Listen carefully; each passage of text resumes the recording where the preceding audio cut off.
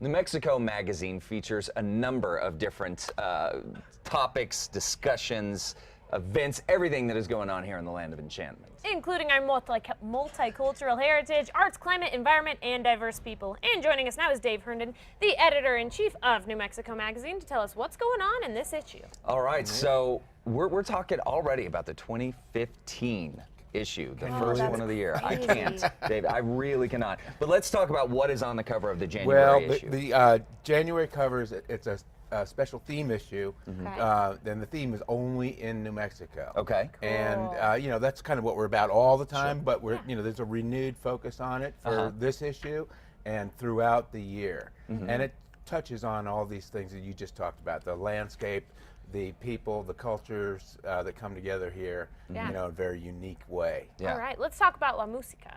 La Música de los Viejitos is the subject of a story by Jack Loeffler, who is a sound oral historian, and he has been he's on the left there, and those are a couple of his compadres who are musicians and folklorists, and there's a very specific strain of folk music that's local in northern New Mexico, and he's been documenting it for decades.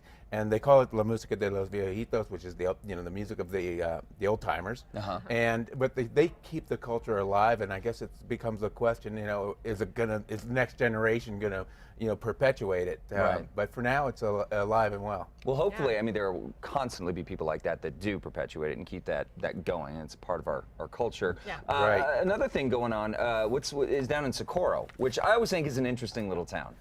Socorro, I think Socorro is such an interesting I've place. learned a lot about Socorro in the course of preparing this story, and it's kind of a town that embodies the history of New Mexico in a very tangible way. And one of the ways that it does so is it has the 400-year-old mission church, the San Miguel Mission Church, that was on the site of an ancient pueblo, and obviously was established by Spanish colonial missionaries.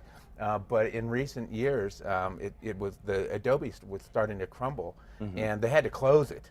And it's sort of the heartbeat of Socorro, even for people that aren't Catholic.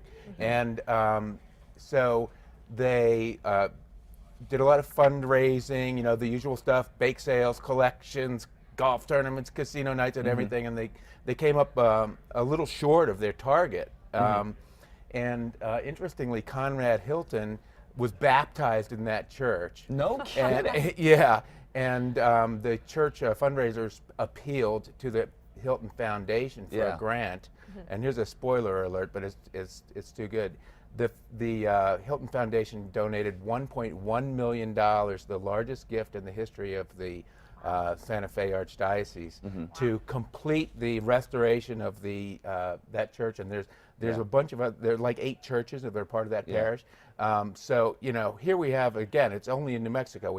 Not many other states have 400-year-old churches, and that are going strong into the 21st century.